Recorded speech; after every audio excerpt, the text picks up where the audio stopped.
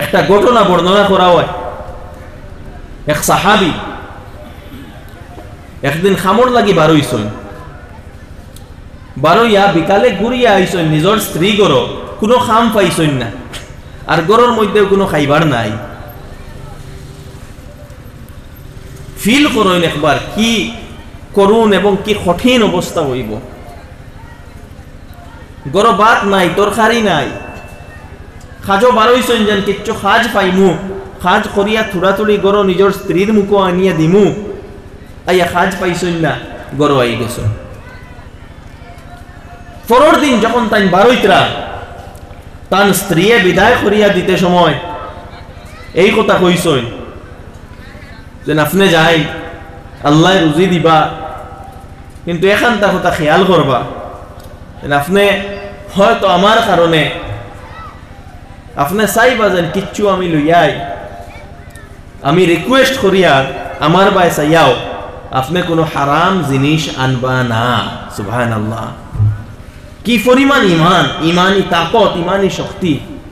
বুকা ক্ষুধার্ত, আগর দিনও রুজি পাইছই না, বাদর দিন অস্তাইতে স্ত্রীর কি পরিমাণ ইমান। আমরার মা বই নকল এই ধরনের ইমানদার বনো, আমরার মা বই নকল কই দেও তোমার তান স্বামী অকলেরে, আমার যতক্ষণ পর্যন্ত মাইকর আওয়াজ যায় আপনার তোর স্বামী অকলেরে কই দেও আদবর সাথে, সম্মানের সাথে, যে আল্লাহকে ওয়াস্তে আপনি হারাম পয়সা আমরার লাগি ঘর আনবা না।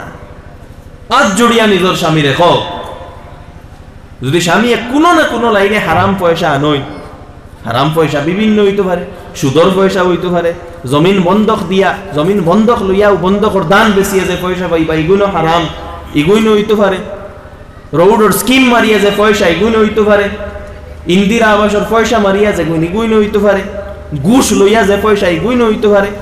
আমার মা বই নকলরে কইয়া স্বামী অকলর সামনে আজ জোড় করিয়া তুমি তাই হও, অনুরোধ করো আদবর সাথে, সম্মানের সাথে, যে আমরা উপাস রই যাইমু, আমরা তোরা পুরানা কাপড় ফিন দিলাইমু, আমরা গড় তোরা পেন্ট না করলেও চলবো, কিন্তু আল্লাহকে আসতে হারাম পয়সা আনিও না। এই হারাম পয়সা আনিয়া গড় সুন্দর করলেও এই গড় সুন্দর রইতো না, বাহ্যিক দৃষ্টিতে সুন্দর লাগবো, প্রকৃত অর্থে এই গড় কান জাহান্নামের একটা কুণ্ড বন্ধ। হারাম পয়সা দিয়া আপনি আপনার ছেলের স্কুল ফিজ আদায় করতা, হারাম পয়সা দিয়া আপনি আপনার ছেলেরে খানিয়া নিয়া দিতরা, কাপড় ফিন্দাইতরা, হারাম পয়সা দিয়া আপনি আপনার ছেলেরে সাইকেল আর বাইক কিনিয়া দিতরা। এই যে আপনার ছেলের উপরে আপনি পয়সা খরচিতরা আর হারাম পয়সা খরচিতরা, এই ছেলে কিতা করবো, একদিন আপনার অবাধ্য বনবো। হারাম মাল দিয়া জীবনে কোনোদিন সুখ অর্জন হয় না, কোনোদিন না। জীবনে সুখ আইতো নাই, শান্তি আইতো নাই।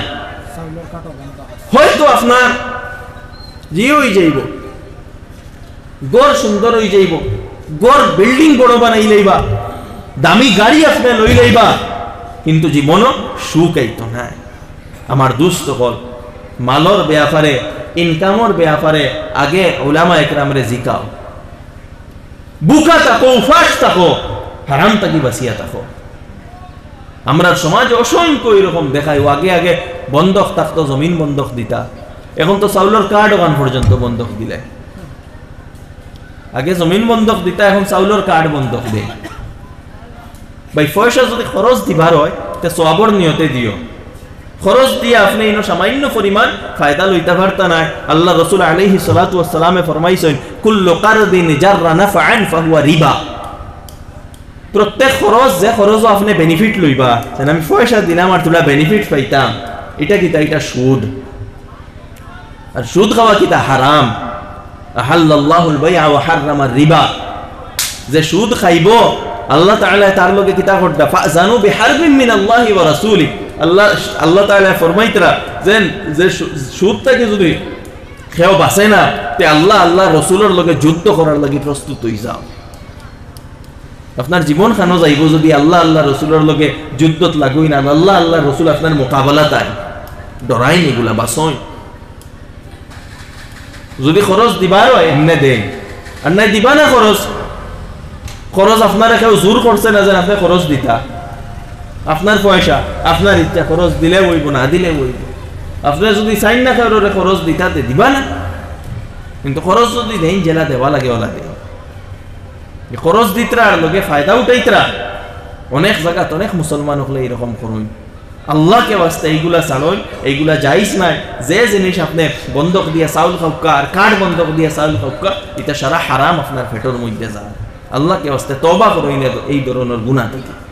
আমি কোয়াত আসলাম মুমিনের সিফত হইল ওয়াল্লাযিনা হুম লিয-যাকাতি ফাইলুন, যারা তার যাকাতরে আদায় করে।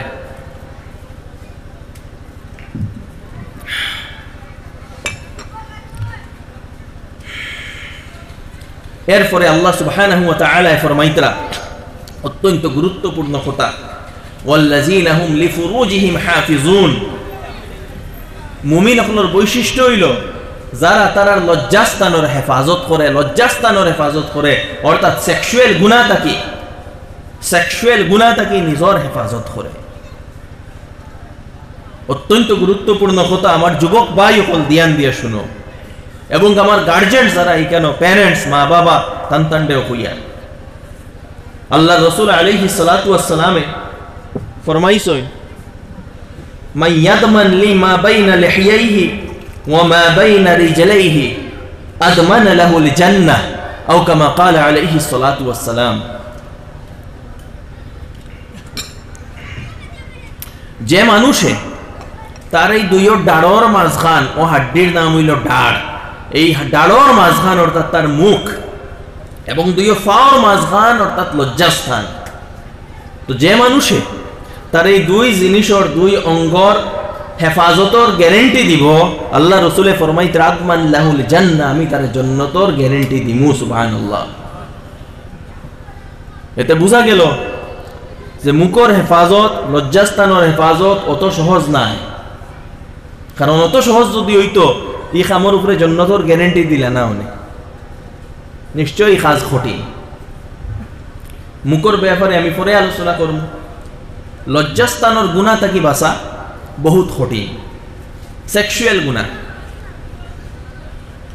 আল্লাহ তাআলা প্রত্যেক নর এবং নারীর ভিতরে সেক্সুয়াল ডিজায়ার, যৌন কামনা, এটা দিয়া রাখছেন, এবং এটা ন্যাচারাল। এই কামনা থাকা এটা কোনো ভুল নাই, এটা ন্যাচারাল, এটা রইত। এটা না থাকা হইল গিয়া বেমার, এটা থাকা বালা। এটা যদি না থাকে ইলাজ করানি লাগবো, ট্রিটমেন্ট করানি লাগবো। এটা রইত অ্যাট্রাকশন, প্রত্যেক ছেলের মেয়ের প্রতি অ্যাট্রাকশন থাকে, প্রত্যেক মেয়ের ছেলের প্রতি অ্যাট্রাকশন থাকে। এবং এটা এই যে অ্যাট্রাকশন এবং এই যে একজনে আরেকজনের চাহিদা, এটা পুরা করার লাগি আল্লাহ তাআলা হালাল রাস্তা দিয়া দিছেন। এটা হইল নিকাহ, শাদী করা, বিয়া করা, বিয়া করিয়া নিজের সেই চাহিদারে পূর্ণ করো। কিন্তু বিয়ার আগ পর্যন্ত কোনো মেয়ের দিকে চোখ উঠাইয়া দেখাও জায়েজ না। গैर মাহরম কারোর লগে সম্পর্ক, বন্ধুত্ব, এগুলা জায়েজ না। আমার দোস্ত হল, আমার যুবক ভাই হল, যদি প্রকৃত মুমিন হইতে হয়, আমার বই নকলরে কইয়ার, আমার ভাই নকলরে কইয়ার, নিজের যৌবনের হেফাজত করো। বর্তমান সময়ে যুবক এবং যুবতীর লাগে সবচেয়ে বড় চ্যালেঞ্জিং যে ম্যাটার, এটা হইল নিজের যৌবনের হেফাজত। অধিকাংশ যুবক এবং যুবতী নিজের যৌবনের হেফাজত করতে পারবে না। শয়তানের দুকা দেয় যাইতরা, অসৎ সঙ্গ খারাপ, বন্ধু খারাপ, দুস্থ হলোর দুকা দেয়তরা, খারাপ বন্ধু হলোর প্ররোচনার মধ্যে পড়িয়া নিজের পড়াশোনাও নষ্ট করডা, মা বাবার সুনাম এবং ইজ্জত নষ্ট করডা, আল্লাহ আল্লাহ রসুলটাও নারাজ করডা। আমার দোস্ত হল, আমার যুবক যুবতী, আমার ভাই বোন হল, আমি অনুরোধ করি, আর প্রথমে নিজের অবস্থানটা বুঝো, নিজের অবস্থান বুঝো। যে আমি এখানে কোনো মেয়ের লাগি পাগল হয়ে যাইতাম, বা মেয়ে তার অবস্থান বুঝো যে আমি এখানে কোনো ছেলের লাগি পাগল হইতাম। আল্লাহ তাআলা ওটার লাগি দিছেন নিজের কোনো মেয়ের করে হইয়া আমি ঘুরাইতাম, আর কোনো ছেলের লাগি আমি পাগল হইতাম, ওটার লাগি আল্লাহ দুনিয়াত দিছেন। আল্লাহ তাআলা তো দুনিয়াত দিছেন তান গোলামি করতাম, তান কথা মতো চলতাম, এবং হুকুম করছেন আমরারে কুল লিল মুমিনিন ইয়াগুদ্দু মিন আবসারিহিম। হে নবী, আপনি মুমিনিন হলরে কই দেন, পুরুষ হলরে কই দেন যে তুমি তাই তোমাতান নজর দে নিচে রাখিও, দৃষ্টি নিচে রাখিও। আর কুল লিল মুমিনাত ইয়াগদুদনা মিন আবসারিহিন, হে নবী আপনি মুমিন স্ত্রীসকলরে নারীসকলরে কই দেন যে ইয়াগদুদনা মিন আবসারিহিন, না তুমি তাই তোমাতানো দৃষ্টি সকল নিচে রাখো। ওটার নাম হইল ইসলাম। আল্লাহ তাআলা আমরারে সহজ রাস্তা দেখাইয়া দিছেন যে তুমি তোমার ইজ্জতের হেফাজত করো, তোমার যৌবনের হেফাজত করো, এবং তোমার যে ডিজায়ার, তোমার যে সেক্সুয়াল ডিজায়ার, এটা ফুলফিল করার লাগি আল্লাহ রাস্তা দিয়া দিছেন নিকাহ করো। তখন আমি গার্জেন টকলো রেখো আর মা বাবা যারা আছো, আপনার ছেলে এবং মেয়ে যখন বিবাহর বয়স হয়ে যাইব তাড়াতাড়ি নিকাহ দিবা। সরকারি মতে বয়স হয়ে গেলে তাড়াতাড়ি নিকাহ দিবা, মোটেও দেরি করবা না। সমাজে যে প্রচলন আছে দেরিতে বিয়া দেওয়া, এই দেরিতে বিয়া দেওয়া একটা বড় কারণ হইল আমরা যুবক এবং যুবতীগুলোর মধ্যে অবৈধ সম্পর্কের একটা বড় কারণ।